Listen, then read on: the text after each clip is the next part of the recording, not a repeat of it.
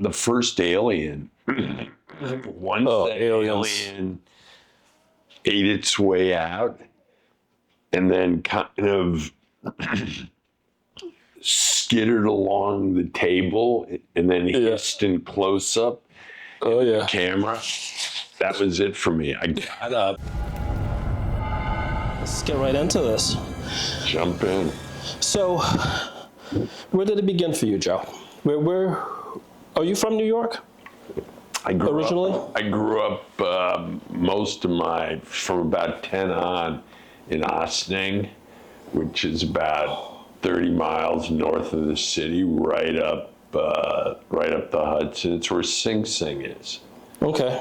I grew up about 15 minutes from Sing Sing. From Sing Sing? Yeah. Okay. Up that ways. Yeah. What was childhood like for you up there? I mean, it was suburbia. It was boring.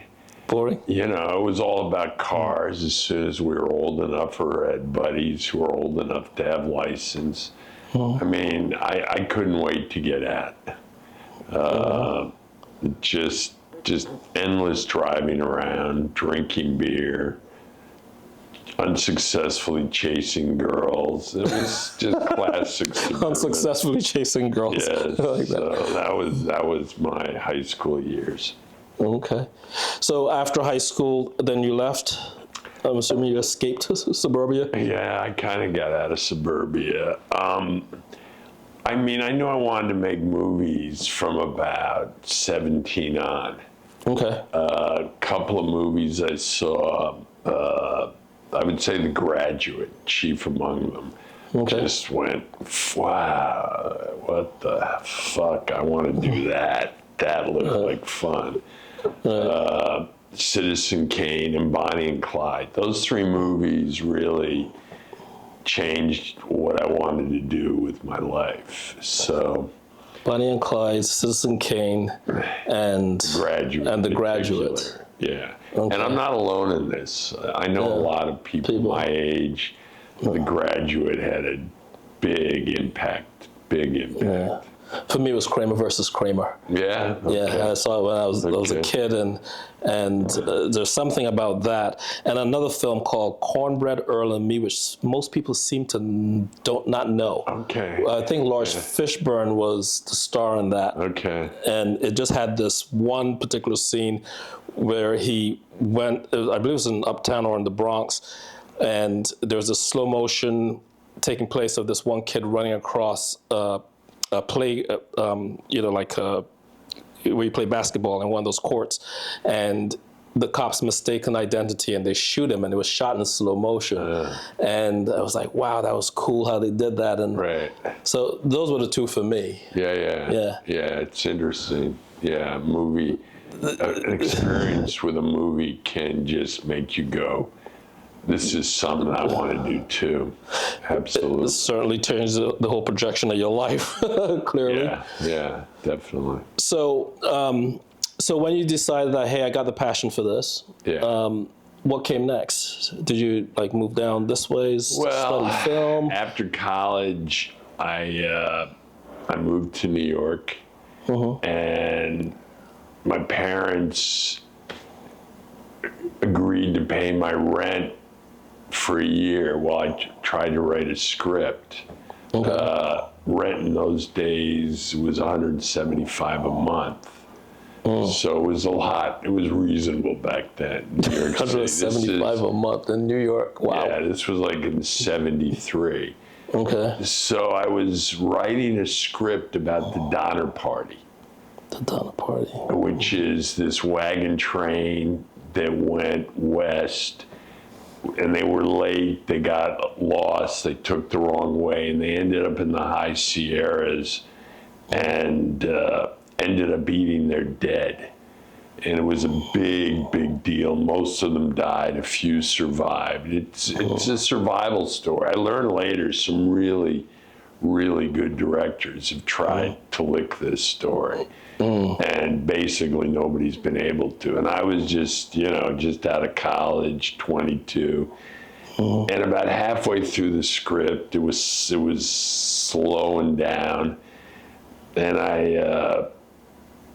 I went to this all-night newsstand at West 72nd and Broadway, and I bought a wee magazine.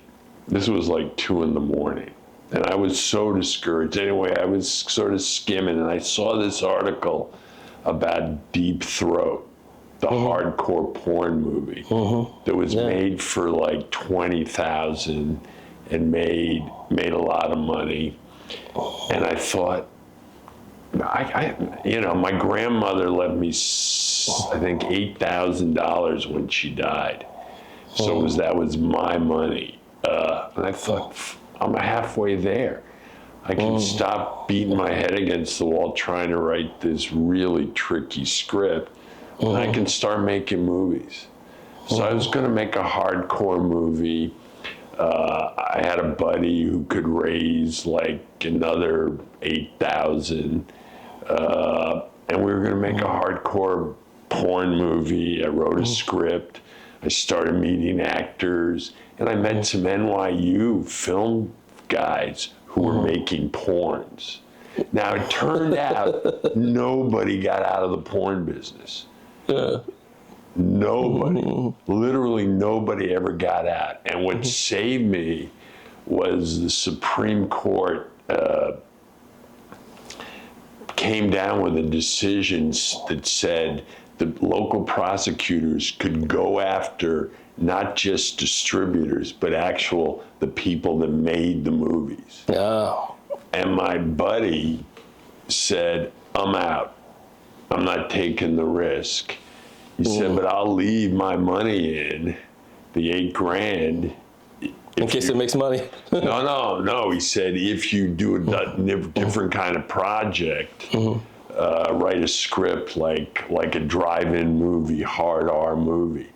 Oh, and I said, okay, all right, good, let's do that.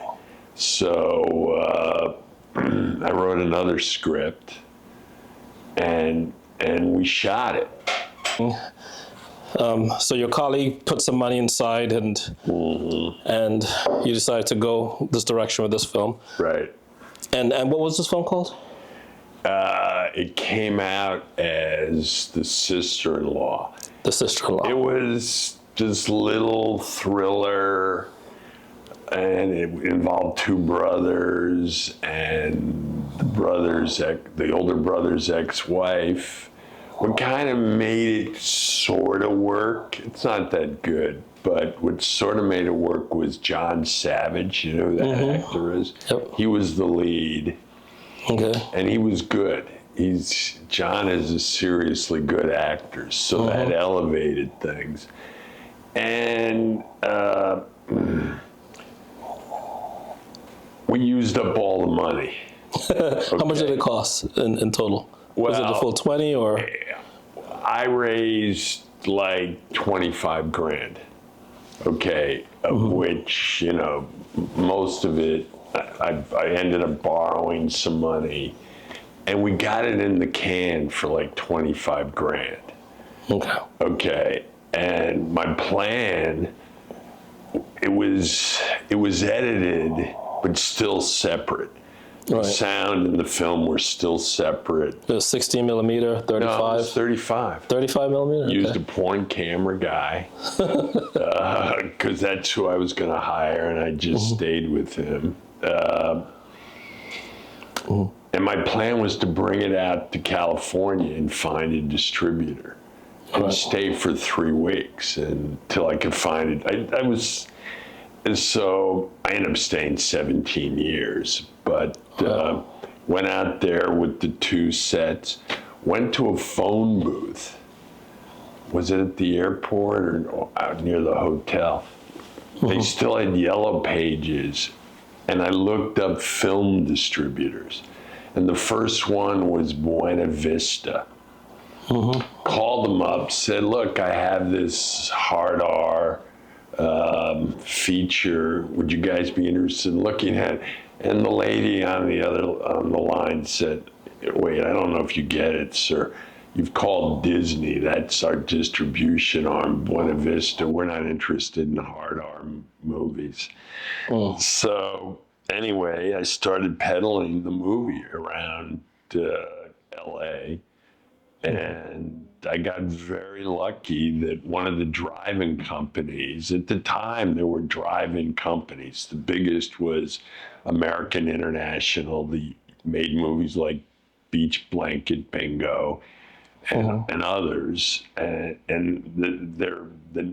a much smaller one, and Roger Corman had a company that made low-budget drive-in movies, mostly for drive-ins. And another company was Crown International. And I showed it to Mark, and he agreed to put up the finishing money and distribute the movie. So I got very lucky. Most movies made this way end up in labs, unfinished, collecting dust. So, wow. All right. So from there, and how did the film? How was it received? you know, For that time, it made a little money. He did okay, but what happened was, Mark Tenzer was the head of Crown. He started meeting with me. Like, he wasn't like Roger Corman in the business of dealing with young people trying to make low budget movies, particularly. He was just getting into it. And at a certain point he said, look, Joe, kid, I've been telling the exhibitors I'm going to make a movie called The Pom Pom Girls. That's all I have is the title. So if you write a script and I like the script, I'll let you make the movie, you know. All he had was the title? That's it. But wasn't uncommon in those days. Okay. You know, guys like Corman and AIP, they would come up with what they thought was a marketable. Okay, because they're thinking market first, right, and then exactly. So he had the title, The Pom Pom Girls. I wrote a script in a couple of weeks. He liked it and made the movie. It was an 18-day shoot. On the 17th day, I went over by a day. And I'll never forget, we were in the valley. It was like 110. I mean, we had nothing like campers or anything. Worked out of station wagons, and it was so hot. And Mark came in like an air-conditioned Cadillac, and he gestured me in, and he said, "Kid, are you trying to fuck me?" And I said, "No, Mark, I am not." He said, "Are you going to go another day over?" And I said, "No, I will not, Mark. I will bring it in on 19 days. And he said, "All right, kid, get the fuck out. Finish the movie." So that was Mark. I like Mark a lot. He's gone, but he really Pom Pom Girls. Yeah, he got me going. And that movie made a lot of money. A lot of money. Made a lot of money in France. It was like the fourth biggest American movie of the year in France. In France. Well, look at that. Yeah, so then I started making movies for American International, the biggest by far drive-in company. But they were trying to get more respectable at that point. This was like in the mid to late 70s. They were making less exploitive movies. Right. Of course, it ended up ruining them, but they did all right. Well, stay in the porn business, because at that time, I'm assuming like New York was kind of, like 42nd Street and all those things. I remember the big one in New York City. Yes, it was one of the biggest like strip things, and owned by like the Armenian mafia or something, right? And they were giving me. I was doing a project, Seven Sins. That's what it was. I was doing Seven Sins at the time, and I went there, and his father, the guy that ran it, he was into that business in the 70s, and he had a broken taillight, and he was transporting tapes, like celluloid tapes of porn movies that they made, and because of a broken taillight, he got pulled over, found that material, and he went to jail Right. for it. So, Right. you know, to your point with that. So, so you did the Pom Pom Girls. Yeah. That opened up, I guess, new avenues for you, right? I mean, I made 3 movies for AIP, American International. Okay. I mean, that was my film school. That was your film school. Yeah. So so you didn't do traditional college film school. You did. I didn't do You did Hard Knocks. school. Well, this Straight is into whatever craft I picked up, I Right. did it by doing it. But really, once I really decided that I was going to really fight to make movies, what I started doing, and I still do it to this day, even though I've been retired for like 5-6 years, every time I watch a movie, I'm always on some level aware of where the camera is, I'm aware of the blocking.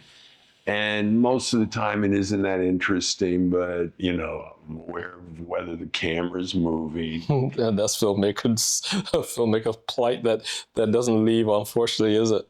I mean, but that really, doing that for like 5 years before I started making low budget movies, it really helped me know the vocabulary, the grammar of how to shoot a movie. And I still do it to this day. I can't not be aware of what's going on. Yeah, I have the same problem.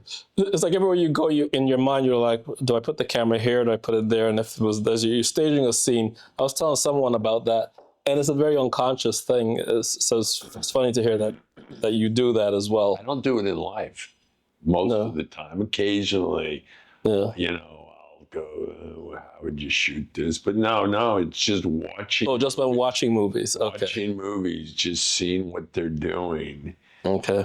And still doing it. And people, when I've told friends about this, they go, well, doesn't it take away from the experience? And it doesn't. It just gives you another thing to kind of be aware of. And it actually, for me, adds interest, particularly if it's good. If filmmaking is really fluid, kinetic. I mean, that's what I like, you know. I like a lot of movement. I know that you've done a lot of thrillers, like psychological thrillers, in a sense. What sparked that for you? Was there anything? Is that your favorite genre? I mean, not exactly. I do not fully understand the appeal of thrillers. I saw The Wizard of Oz way too young, and I got the shit scared out of me. And the pop scares of the Wicked Witch appearing. I to this day, I hate thrillers that do a lot of pop scares. Like I went to the cast and crew screening of the first Halloween. Right. And halfway through, I just got up and walked out. It was too much. And the first Alien, once the alien ate its way out and then kind of skittered along the table and then hissed in close up camera, that was it for me. I got up, but the movie was so good. I watched the rest of it from the back of the theater outside with the door. I would only look at half the screen.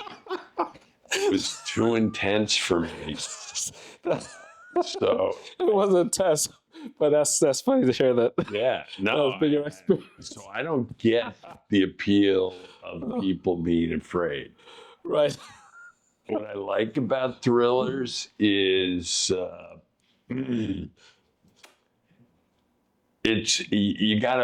the filmmaking's important in thrillers. Yes. You know, you can get away with not really having that strong a point of visual view with comedies or even dramas to some extent. But with thrillers, you got to play with the camera. You got to play with movement. Where you You got to put it. play with light and dark. Mm-hmm. So the filmmaking is really built into what a thriller should be. Do you get behind the camera as well at times, or Do do I you? shoot? Yeah. Do you shoot? It's no, No. no. I never operate. You always leave that too. Okay. Yeah, for a lot of reasons. Yeah. Because I mean, the guys that do that, there aren't very many. You got to be worried about if you're moving composition. There's the boom getting in there. I mean, you have a lot. There's a lot think going on. about, Yes. and you can't. I don't know how they can be aware of that kind of stuff, and also is the scene working? What do I want to say? Maybe before the next take to the actors. There's a lot going on. Oh yeah, no, that's for sure. Yeah. So, well, you've done some writing, obviously, inside of that. So, and you don't like pop scares. I would have never thought that in some ways. But the psychological element of it, I'm sure you find intriguing, right? Well, I mean, In that sense. to me, really, all thrillers on some level, this may be too sweeping, but are about the unknowability of human beings. So, I've done thrillers where the son is no good, but as a parent, you just can't look at that or accept it. Right. Or thrillers where your husband is no good and you learn just, how bad he is. Right. So it's that reality that on some level, it's really hard to know, even intimate family relations, is interesting. It's interesting just on a human level. On a human level. It's not a very positive, upbeat view of things. Right. But, right. And evil is interesting. There's evil in almost all thrillers. And evil, I believe in evil. I mean, I think it's out there. And it's a very primal form of human existence. So, I mean, if you're trying to make commercial movies, which I was, it's a genre where you can look at and explore some dark themes, and they let you do it. They pay you to do it, which is nice. Right. They let you do it. So when you were doing The Good Son, what would you say, what was like your most memorable experience on that project? I mean, that movie, on some level, what was really interesting about that movie was just working with two 12-year-old actors. Now, they were two of the most experienced and accomplished 12-year-old actors, but they were still really young. Macaulay, they were both 12, and Eliza was 12. But I treated them pretty much like grown-up actors. Yeah. To just told them, what I wanted, and didn't really deal with them as kids. Maybe I should have dealt with them more as kids. I mean, they were both pros. But we did crazy shit. Things that scared the hell out of us, even though we knew they were intellectually, we knew they were safe. We rolled both those kids off 100-foot cliffs, Yeah. Insurance must have been big. The insurance policy. This is what filmmaking, we had some of the best rock climbers in general in the country as our safety team. Right. And they had like two independent, separate wires on both kids, testing like 5,000-pound test wires. So it was statistically they were safer than when they were being driven To the location. but it was still terrifying. Uh, It was absolutely terrifying to roll them over, and we did it like 3 times. 3 times. Oh, well, because take after take. Yeah, we did 3 takes, and at the end of the 3rd take, Jack Gill, the stunt coordinator, came up to me and said, "Joe, let me have another one. I can get it better." And I said, "Jack, I don't have the stomach for it. We've got it." Got it. Wow. Yeah, that must be time. Yeah, so that was, it's different working with kids. Did you find that, like Macaulay Culkin and Elijah, that they, like when it came to like memorizing their scripts and understanding their characters and all that stuff, but what was your process of working with them? Like, do you do like rehearsals? Do you do, script analysis with them? Like, what was your process? Not with 12-year-olds. Not with 12. You just kind of just feed them what you want. Well, I mean, look, these are talented actors, just, in their own right. These were talented young guys. And they worked hard at it. They knew their lines. They were pros. They had both done a bunch of movies before we did it. And, there was one time when we thought we were done. And I told Macaulay, "Hey, we're done, kid. Go. See you tomorrow." And then I don't remember the circumstance, but we realized that we needed more from him. And the AD said Macaulay's pretty upset that he thought he was done for the day. And I said, "All right, let me go talk to him." And I went into his trailer and I said, "Hey, Mac, I'm sorry, but we got to pick this shot up. It makes no sense not to do it now." And I said, what did he say? He said something to the effect, "Hey, Joe, look, I thought I was free for the rest of the day. It's a real pressure cooker for me. It's a real pressure cooker." And I mean, I got it. That even though he was a pro for a 12 mentally, kid, emotionally, just he thought he was done for that day, and he just let it go, and to have to be pulled back into it. That's pro level. That's amazing. Yeah. I know you did films like Money Train and Sleeping the Enemy. What was it like to work with like Jennifer Lopez and Wesley Snipes was in there, right?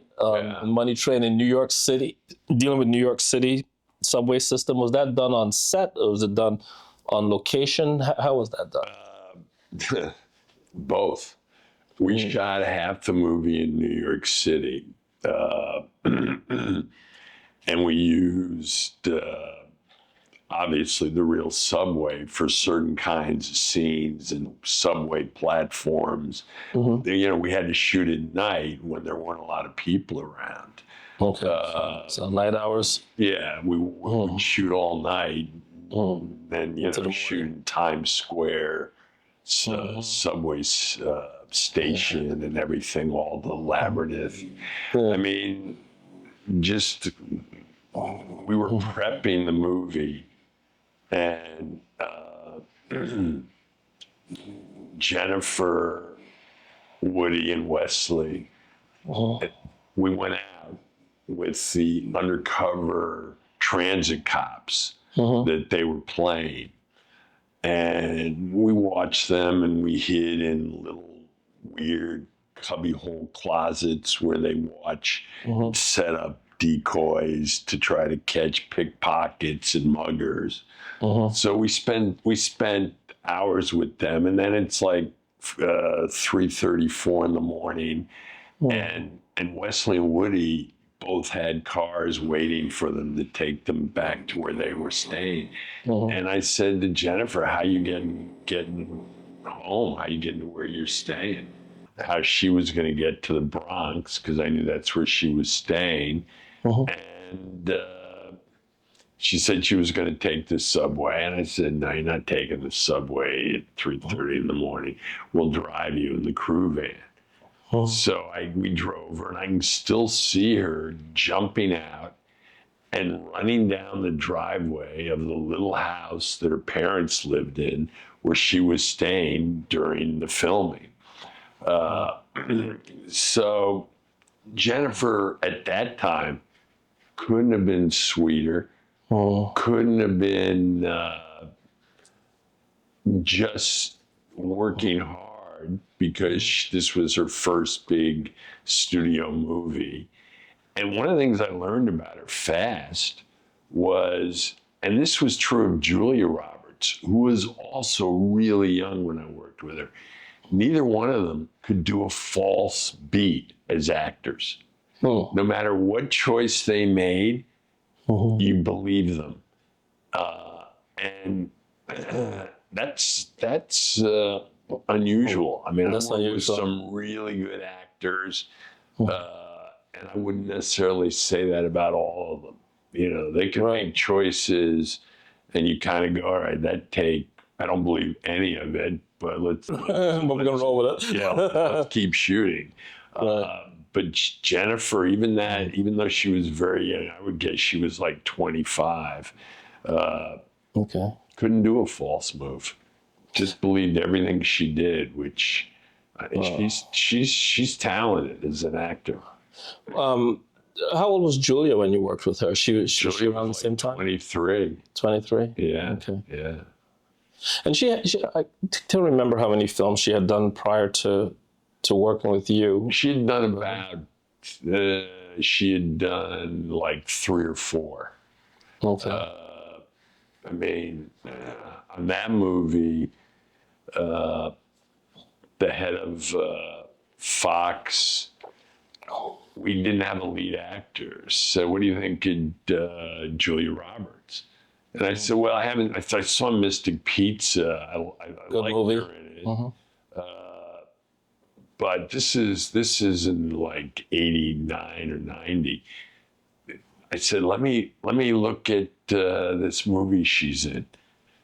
So in the middle of the workday, I drove to Westwood, and it was Steel Magnolias. I hated the movie.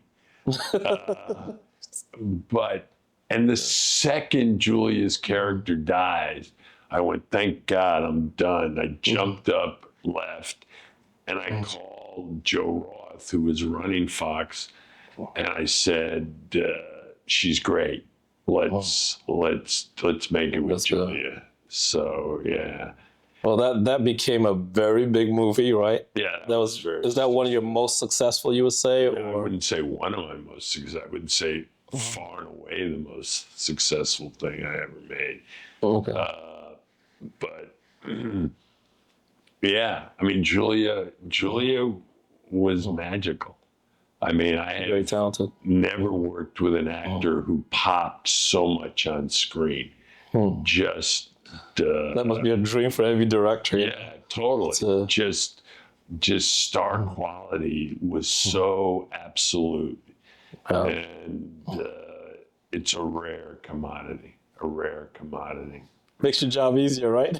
I mean, it's everything. It's everything.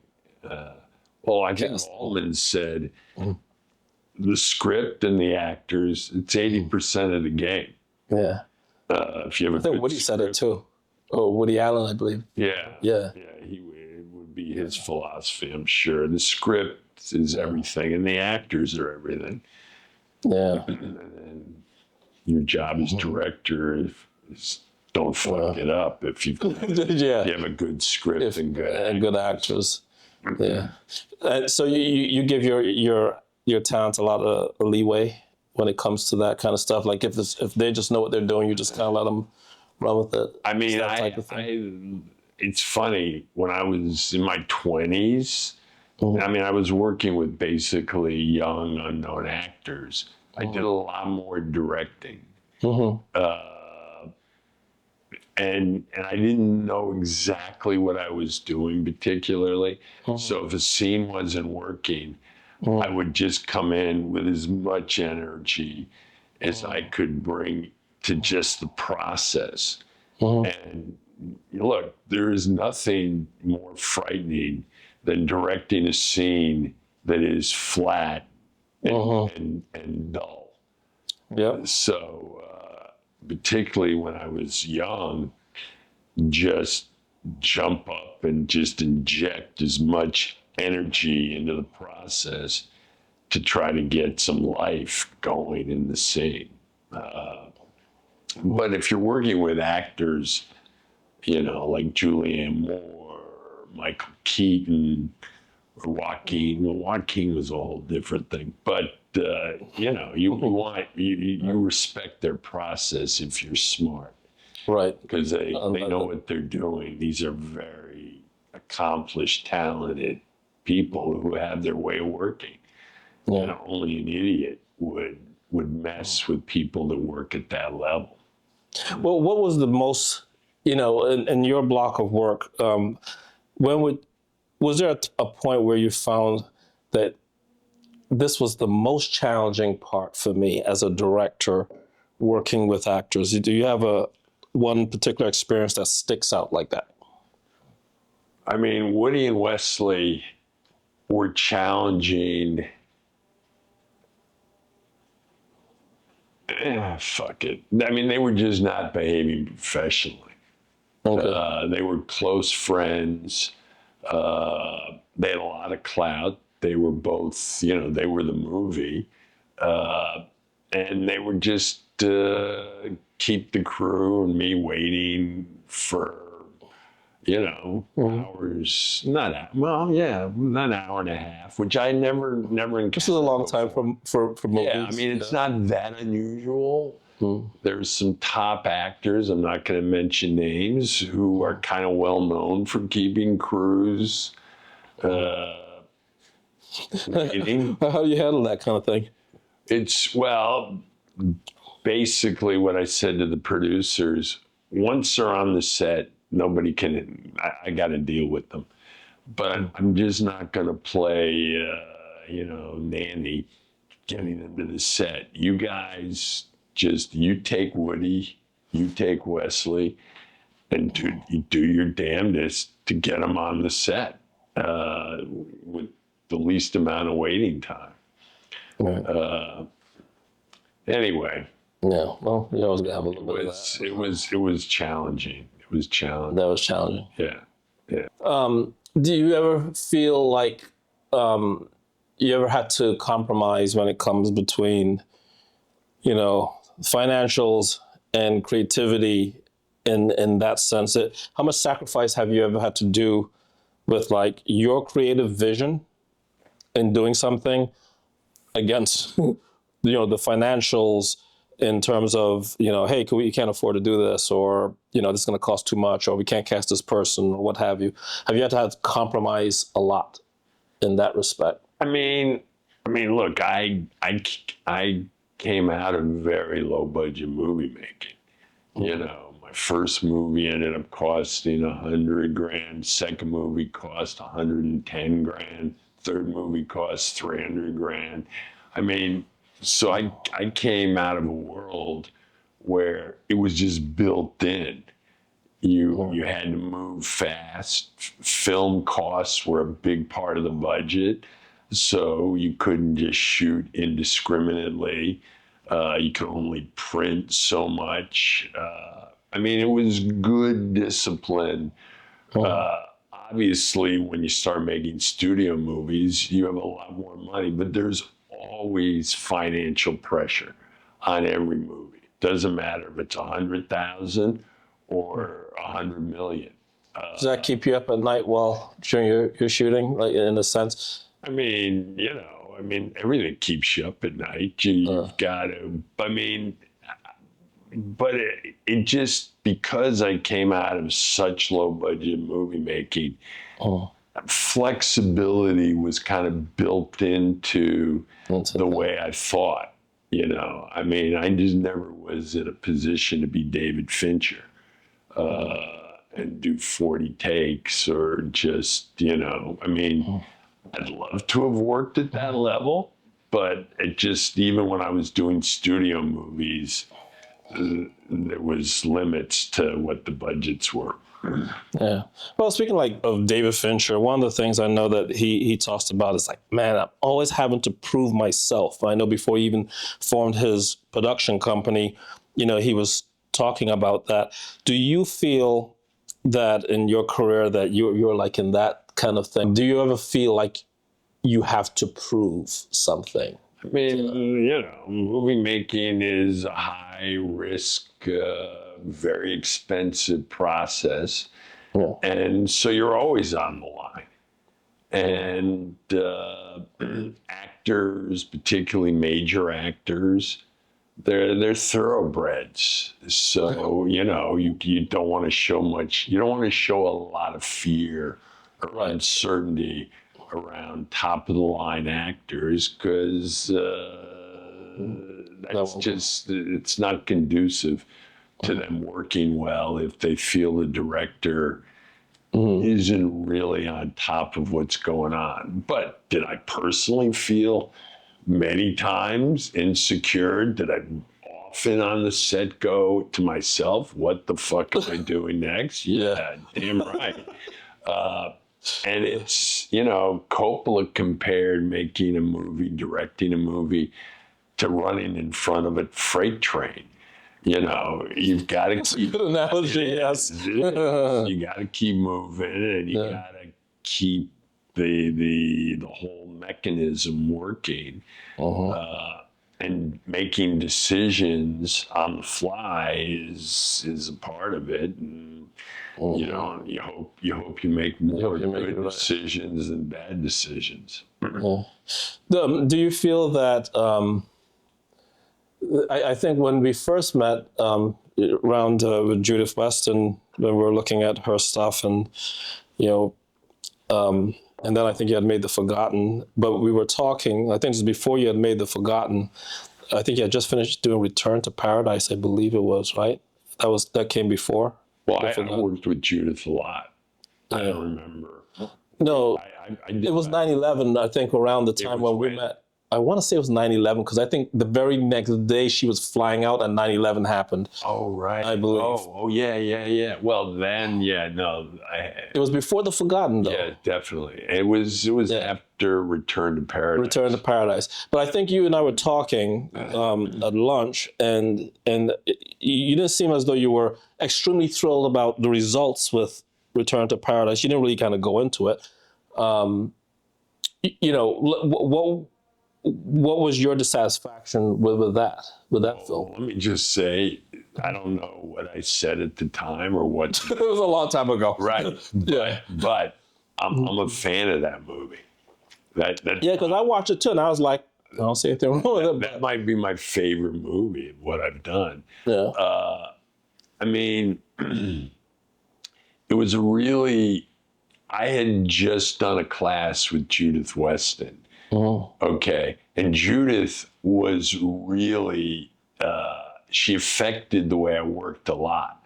Yeah. Because before Judith's whole approach was sort of the Sandy Meisner approach. Yes. Which is everything is about the actor responding and reacting to emotional responses. What's there, what's coming from the other actor, from the situation.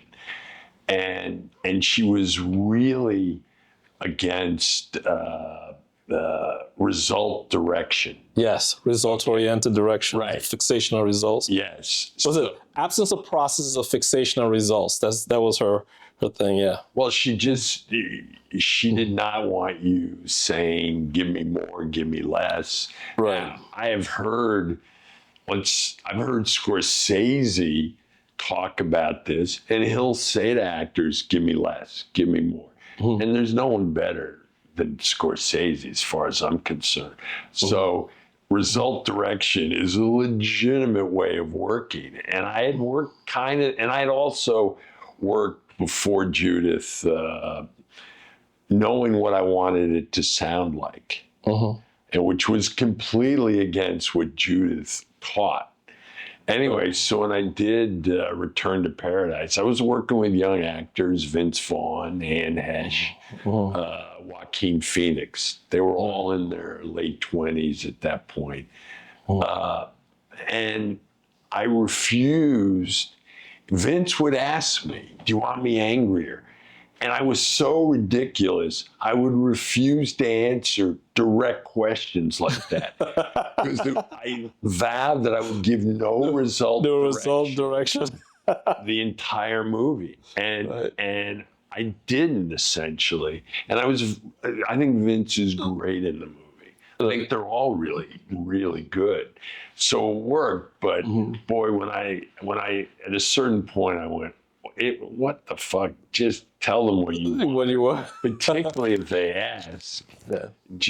And it was such a relief to go back to doing more result direction. So I used her methods as well, but I use it more for the analysis ahead of time, right? Okay. So I spend a considerable amount of time, mostly because I'm also working with a bunch of actors that are not seasoned, they're new, sometimes it's brand new. So I spend a lot of time on trying to analyze and do all that. But then once I get to set, I got to do the result thing because it takes too much time. It's quicker. It's a lot. And sometimes they just want you to just tell me, you know. Yes. But when I was working with Eric Roberts, it's a little bit very different to deal with. Yeah. But I like Judith's stuff. It always inspires me when I read her books and her material and really understand the psychology of things. I think she's a phenomenal coach. But yes, I get it. I agree with that. I remember talking to you. I think you had just done The Forgotten, and actually got into an argument with a guy, almost into a fight, at Hollywood Video store, because you had just done The Forgotten, and it was in the New York Times or someone wrote something. I can't remember what it was. But I had spoken to you about it, like real brief. We spoke on the phone because I was calling you about something else. And then I asked you if, I was like, hey, did you use, all this stuff when you did The Forgotten? Because Julia Moore, they said that, I guess you underutilized her in some ways, or somebody was making some comment to that. Right. And I was in the video store in Brooklyn, Hollywood Video, getting the DVD or whatever it was. And I remember this guy said, it's like, I love the movie, but then it switched, it changed on I guess the tone changed, right? Because it went from like drama to being like a sci-fi, right? A little bit, that little thing. And so some people weren't really expecting that, right? And so I just remember getting into this discussion with this guy and stuff. But I think because I was so empathetic to filmmakers in that sense, I was defending everything. So we got into this heated argument, and I was like, "What the hell?" But it's subjective, right? Film is so subjective. Oh, yeah. I mean, I've done a film where someone wrote a review that how it almost broke up them and their wife and created problems, and I'm thinking, if my little independent film could do that much to somebody, you got bigger problems. It's not my film, you got other problems, right?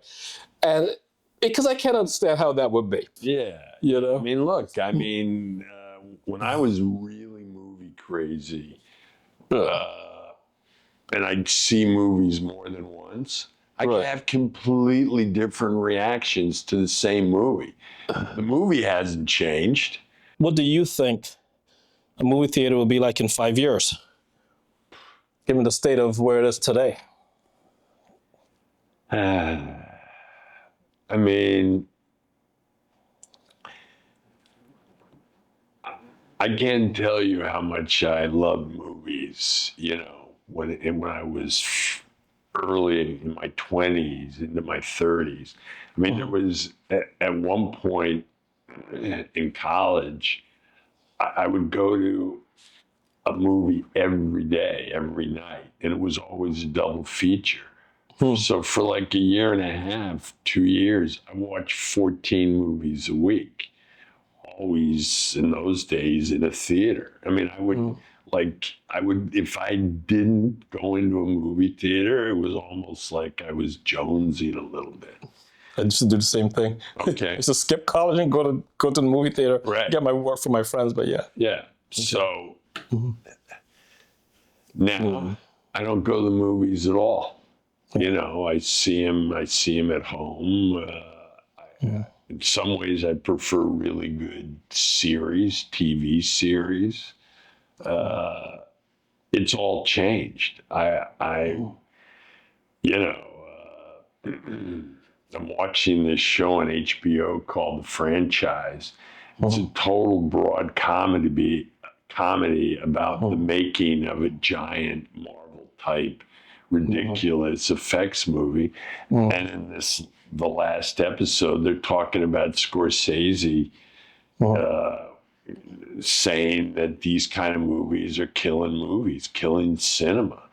And I'm not going to disagree with Scorsese. I mean, it's for those of us who love film, it's kind of sad what's going on. Yeah, so I don't know where things are You going don't to really be. know where. Yeah, I mean, it looks like movies are on just a slow, gradual decline. Movies are no longer, they don't have the impact that they used to. No. You know, it used to be, and it still happens occasionally, where millions of people would go see a movie the first weekend and it'd be what people would talk about. That happens very rarely. Very rarely now. Yeah. Yeah, that is, you know, that's just a change. I guess everything is streaming. You didn't do a lot of episodic work on series stuff, right? You just stick with feature films. Yeah. Any reason for that, or? Well, in those days, if you were in the feature world, you wanted to stay there. TV has gotten so much better that now you can make a case, and people have, that some of the best stuff is TV television series. We can really develop characters and really get into a world. So would you consider doing that? I mean, I'm retired. I'm done. You told me that one time on the phone. You were like, I'm done with movies. I remember that. And then you made like 2 movies afterwards. Well, yeah, I mean, but now I'm done. But like, you're really, really done now. Yeah. Okay. It takes... it takes a toll. Yeah. It does take a toll. It's exhausting. It's a process.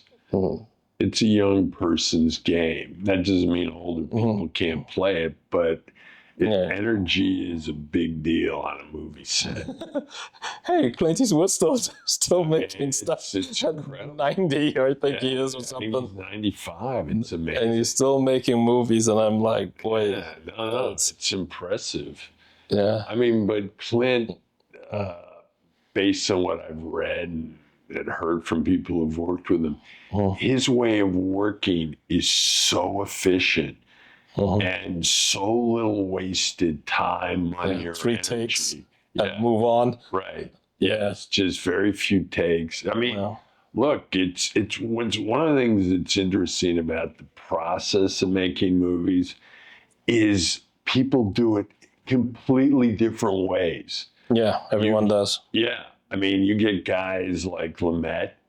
They had to put into his contracts at a certain point that he couldn't shoot fewer than 35 days. He worked so fast, did so few takes that that is stretches. And he had a really bad run of mediocre movies, and they put into his contracts he had to shoot at least 35 days. And working that way, with like 1 or 2 takes, and the actors knew that going in, he made some amazing movies. And then there are guys who shoot take after take after take. And you know, everybody from Hitchcock, who knew every move, knew exactly what he wanted, every shot, every moment of his movies, and made obviously some damn good movies with that approach. And there are people that improvise constantly with both where the camera is going to go and what it's going to do and what the actors are going to say and do, and make some damn good movies. So it's a really elastic process. And you can make shitty movies working in both directions too. So I know that one very well. Yeah. I mean, when you think about a film, and they say, was it like there's three films that you're making when you're making a film? Is the script, and then there's the thing that you shoot, and then there's the thing that you edit. For you, how close to your vision do you feel your end results on your films have been? Have they always come out that way? Like, this is how I envision Sleeping with the Enemy. Did it come out just the way you envisioned it? I mean, nothing comes out completely the way you went into it thinking it was going to be. At least I've never had that experience. Yeah, me neither. I mean, but generally speaking, with some exceptions, the basic movie I wanted to make, I made. I mean, I was lucky in the 90s and in the early 2000s. I hear now directors, unless you're a star director, have a lot less freedom, that they really constantly get notes and input from producers and studio people. And again, look, if you're making a Marvel movie, I know from talking to people that have done it, there is a ton of studio supervision.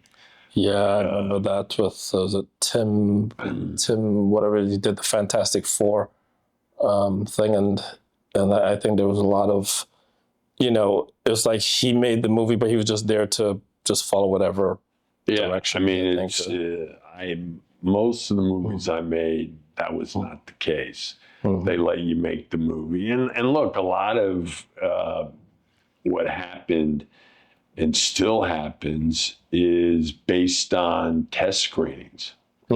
If your movie tests well, by and large, you're in good shape. They're not going to mess with your cut.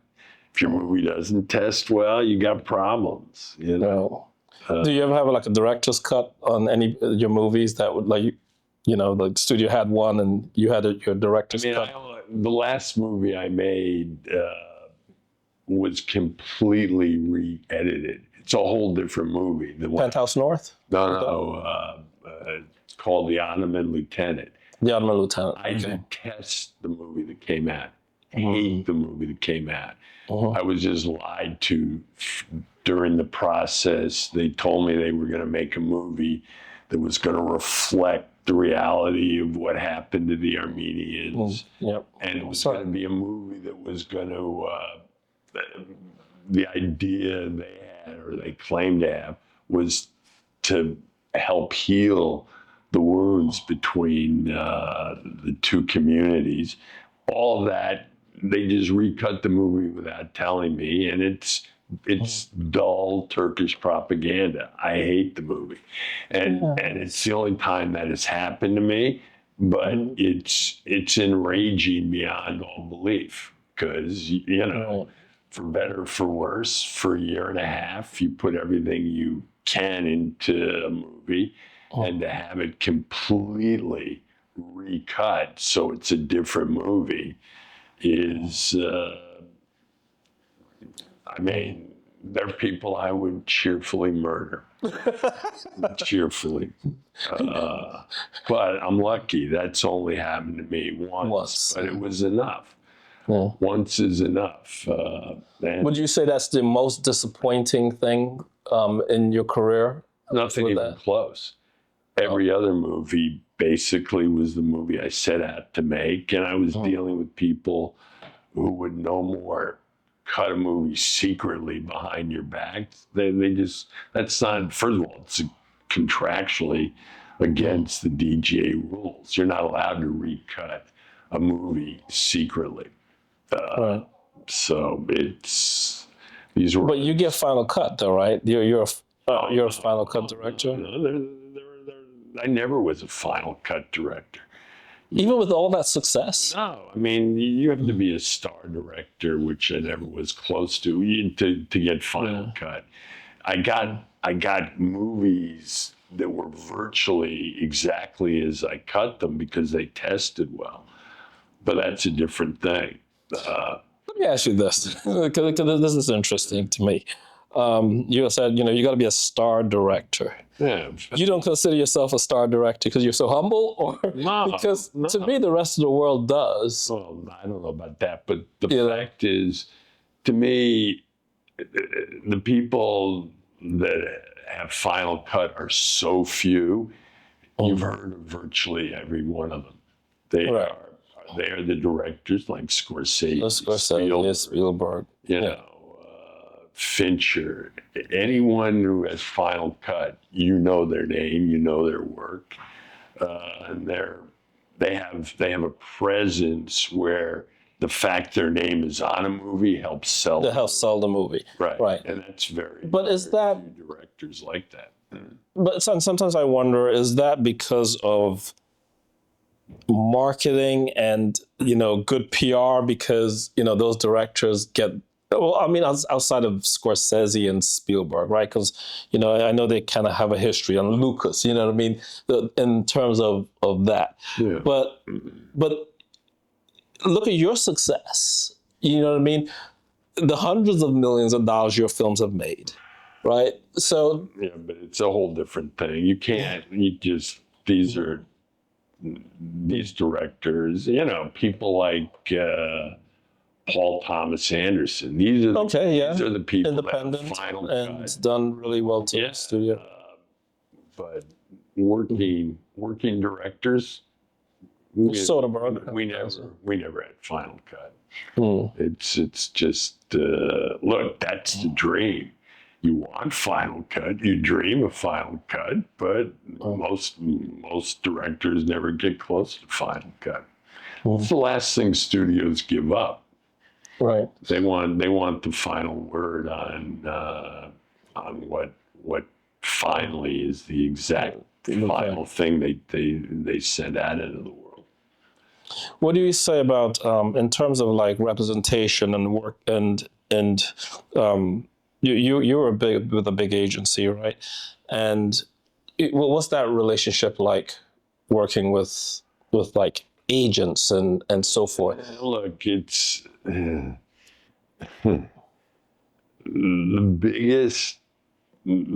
biggest thing that smart directors do, and I never was smart this way, is never just have one project you're fighting to get made.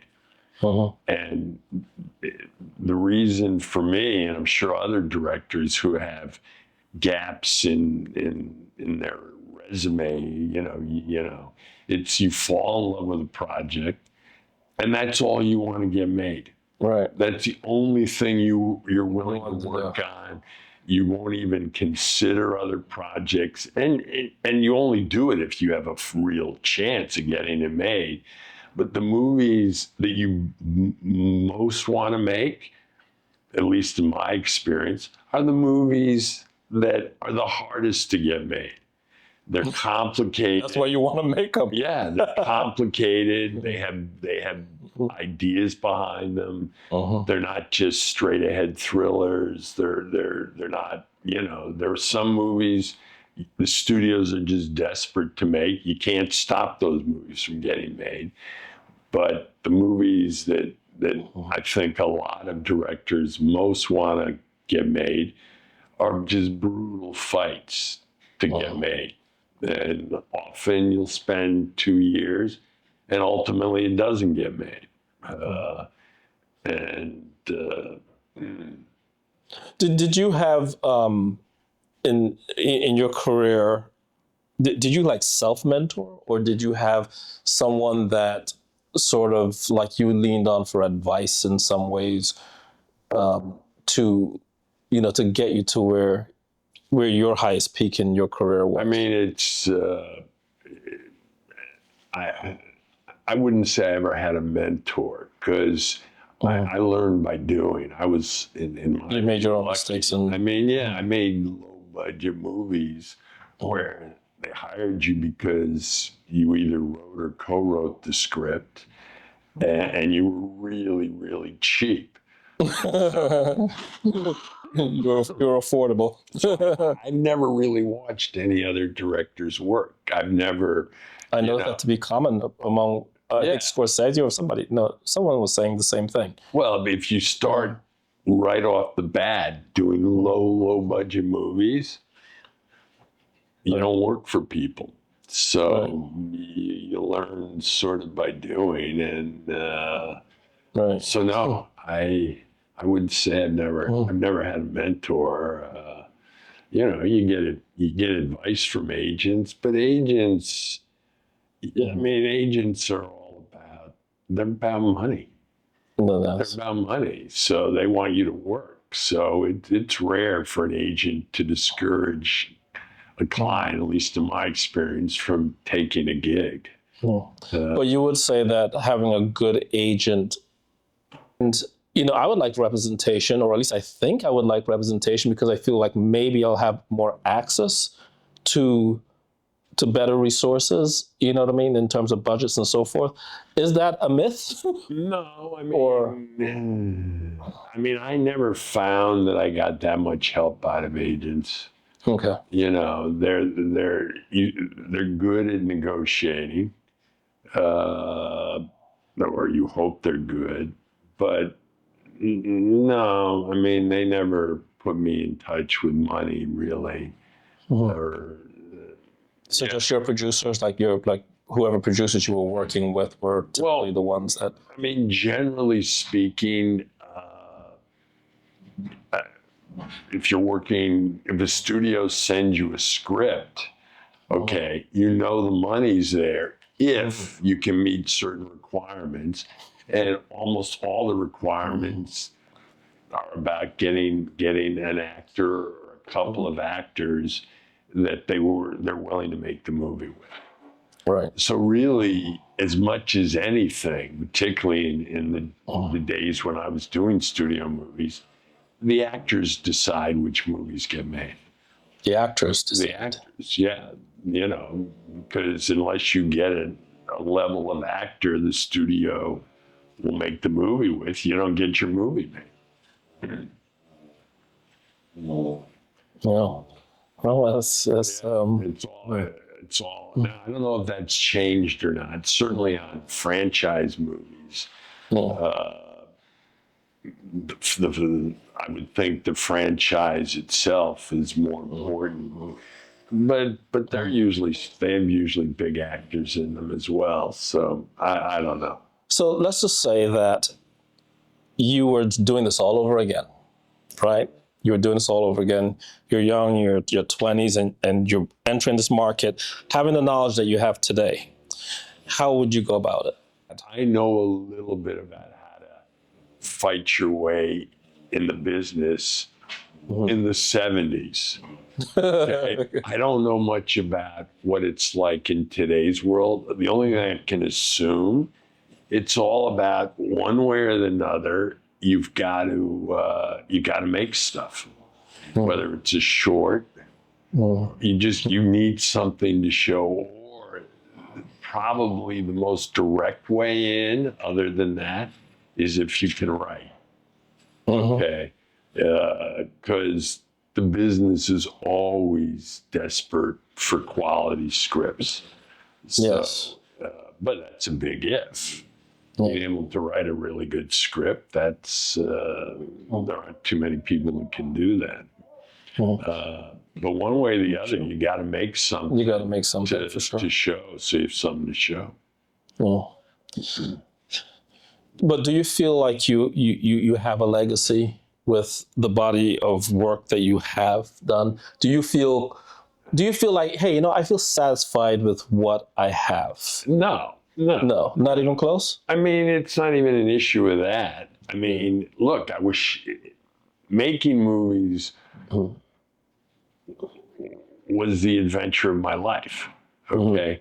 I don't like normal everyday life. Right. Okay, that's why That's I for sure. like making movies, because when you're making a movie, it's its own world. Right. And if you're the director, you're thinking and living in that world virtually all your waking, and maybe if you're lucky, even some of your sleeping time. It's everything, that world that you're trying to create and put on screen. And that's a heightened way of living. And nothing I found in normal life was nearly as much, it brought out as much in you as a person as making a movie. So, I mean, I wish I had made more movies, because there were long stretches. I was always fighting to make a movie. I mean, I always had usually one project that I would just fight like hell to get made. And occasionally I got that, but more often than not, the movies I most wanted to make couldn't get made. Came close, but just, they were always tricky, difficult projects from a studio point of view. And how about The Blind Side? Like when you did that? Oh, that was just, look, that was just a low budget pot boiler. I really You had good casts in there. Oh yeah. I mean, no, look, that's top cast. That was what made it worth doing. Working with Michael Keaton, who I think is a really strong actor. Yeah. And Michelle Monaghan. I love her work too. She's very good. It was a low budget movie shot in Ottawa, Canada. And I just, But did it give you the same satisfaction outside of, let's just say, the financials of the budget? Because most people won't even know what the budget was, but just from a creative process and working with that talent and executing something like that. What made that movie interesting were the actors, because they were really strong. And it's always interesting to work with really good actors. What limited a movie like that is it was mostly shot on a set. I don't like shooting on sets that much.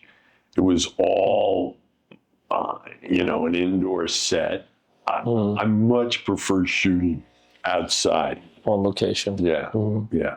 So the fact that 80% of it was shot on a sound stage, made it much less of an adventure, much less interesting. I don't like going to the same place every day. Every day. Yeah. It's more fun to go to different locations, and it just feels fresher to me than doing a movie that's really so confined. Although there's some interesting things in that too. I like that one. Yeah, I mean, it's interesting to try to keep a movie that's so focused down on one location, working to keep it visually moving and alive. It's a different kind of challenge, but not my favorite kind of challenge. Gotcha. Well, that's interesting. So, what project would a studio have to hand you today to bring you out of retirement? I mean, look, no. I mean, is retirement really a thing? I mean, I know you say that. I'm retired, yes, because it's like, look, you're retired when nobody really will hire you, and that's my situation, and I accept it. I mean, it's on the internet. I'm nearly 75. I mean, But that's ageism. They're not allowed to do that, but I guess they can choose to do that. Of course they would, and they're right to do that. Right. It is a young person's game. I mean, it's really an advantage. Look at Tarantino claims he's gonna stop making movies. Yeah, I saw that. His theory is, most directors don't make anything really, once they're out of their prime years, make anything that good. Now that's just Clint. You won't stop. There are other examples. people who make good movies into their old age, but it's rare. But do you agree with that theory, though? I agree that you need a lot of energy to make a movie. Okay. And you just don't have the same energy at a certain point. Yeah, the energy thing. Oh man, I can relate to that, and I'm only 55. But I remember sitting with my cinematographer. We were shooting Blood Relations, this episodic stuff I'm doing under my Youthful Ambition brand, and we came down. We were shooting in Iowa in the cornfields, and we had to get something, I don't remember. So one of the producers took a golf cart to go get the stuff. And then it's a good ways from where we were. And my cinematographer and I sat down, we looked at each other and we're like, what are we doing? We were so exhausted. We were tired. We're self-funding this stuff. And, it was one of those things. And but we knew that we'll get over that, right? And then the next week we're like, okay, so what are we working on now, But at the moment we're just exhausted. Yeah. And it's like you're fighting for every little thing to come together. So look, when I was doing, no budget movies, we would sometimes work 18-hour days. Oh yeah. And then there was a word for that kind of shoot. It was called an abuse shoot. Where you just knew the crew would grow to hate you. Yeah. But it was the only way you could get the movie done, because you only had so many days that you could pay for, and you didn't have anywhere near the time you needed unless you worked ridiculous hours. What would you say would be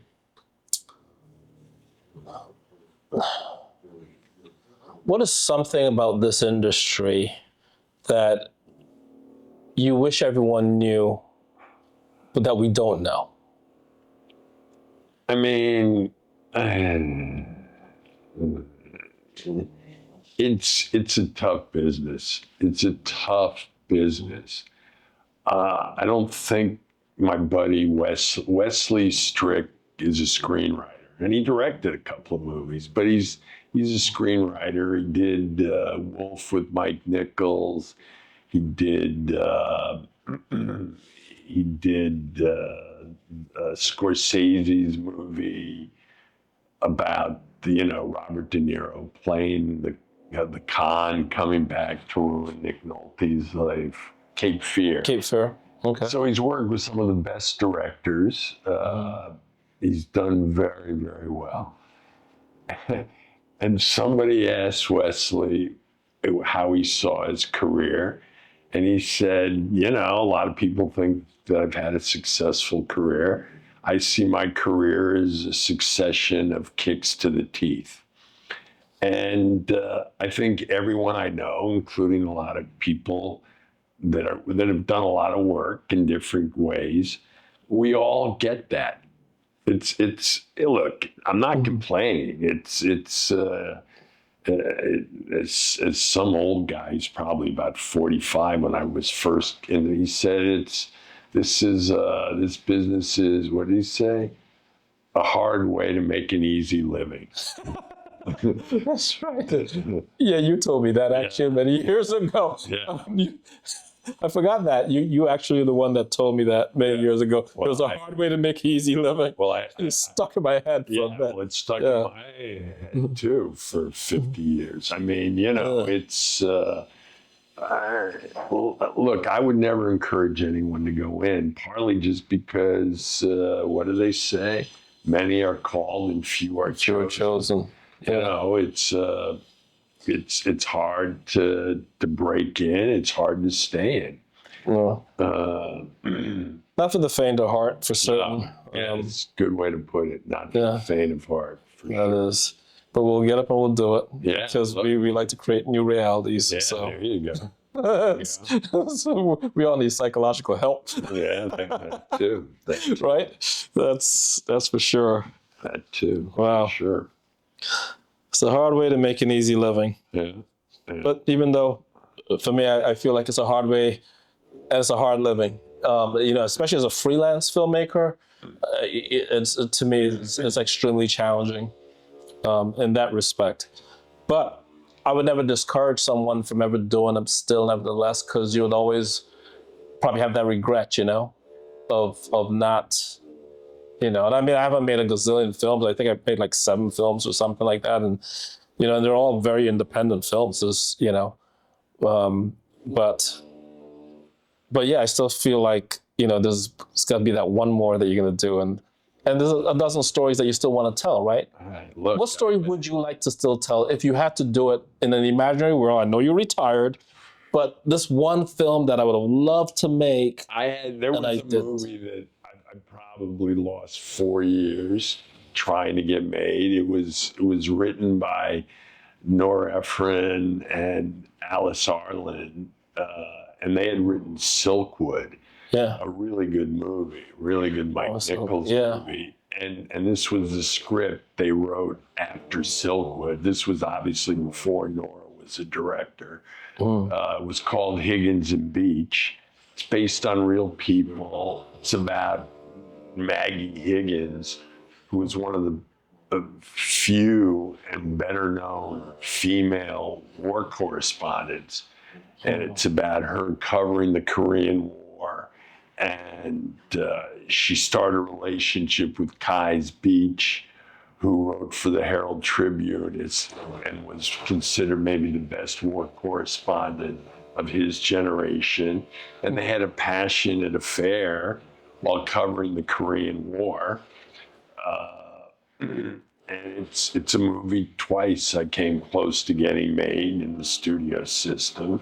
It's not a cheap movie, but I would say if there was one movie that broke my heart the most, trying to get it made, it was that one. Okay. And it's funny, there's a book written about Nora by one of her best friends, which I read, and in it, in passing, he says, Higgins and Beach was Nora's favorite project. And at one point, I bumped into her, and I said, Nora, she was way hotter than I ever was.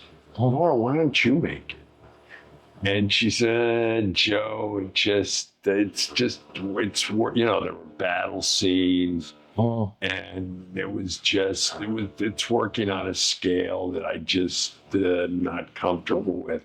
And I was glad to hear that because I still had dreams of still making it. Right. But what I didn't tell Nora was, Nora, you get a lot of help on stuff like that. Once you've storyboarded it and come up with the approach of let's take a battle scene, you then have stunt coordinator, you have a second unit director to pick up stuff. I mean, you get a lot of help on those sequences. You have to establish how you want it to look and feel and the shots you want. But that's then do all beforehand. Anyway, I didn't tell her that because I didn't want to. I still had hopes of making that movie one day. That's funny. Yeah. Wow. All right. Well, Joe. Thank you, man. I think this. I think that's a lot of great insight, and like I said, I've enjoyed your films. I think you play yourself down a lot, but that's okay. That's humble. That's humble. Or whatever. Look, everybody who comes into the business has big dreams. Yeah. It's like they say every senator looks into the mirror and sees Mr. President or Madam President, and then every film director thinks they're going to end up being Marty Scorsese. And there aren't too many Marty Scorseses, let me tell you. Well, there are very few people that you can ask, have you seen Sleeping with the Enemy, let's just say?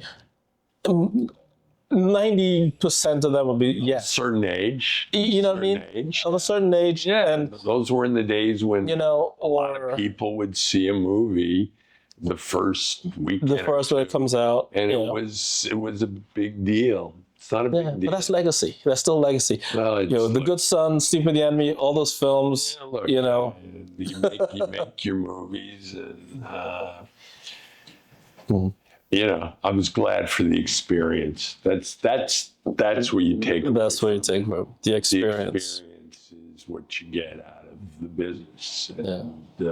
And I would imagine great relationships with a lot of good actors, right? I mean, do you But it's stay in all touch? Or? no. Not This really. is a myth. You know, you're like mercenaries. You get together to rape and pillage a village, and then you disband. But unless you're really lucky, it isn't. It isn't like You just move on right. to the You have next. an intense working relationship for 3 months, and then everybody spreads to the wind. And Never see each other again. I mean, there are exceptions, but generally speaking, you know, I think people have the wrong idea that you make a movie and then you like all hang out at cocktail parties for the rest of your life. That's true. I'm just trying to think back here now, and you're right. They do kind of. It's very few in between that you stay in touch with. Where you stay friends. Yeah. So if you don't hate each other by the time. Right. Well, that's the other. Movie. Yeah, but you know, everything has its challenges. Yeah. Yeah. All right. Well, thank you. I appreciate you doing this.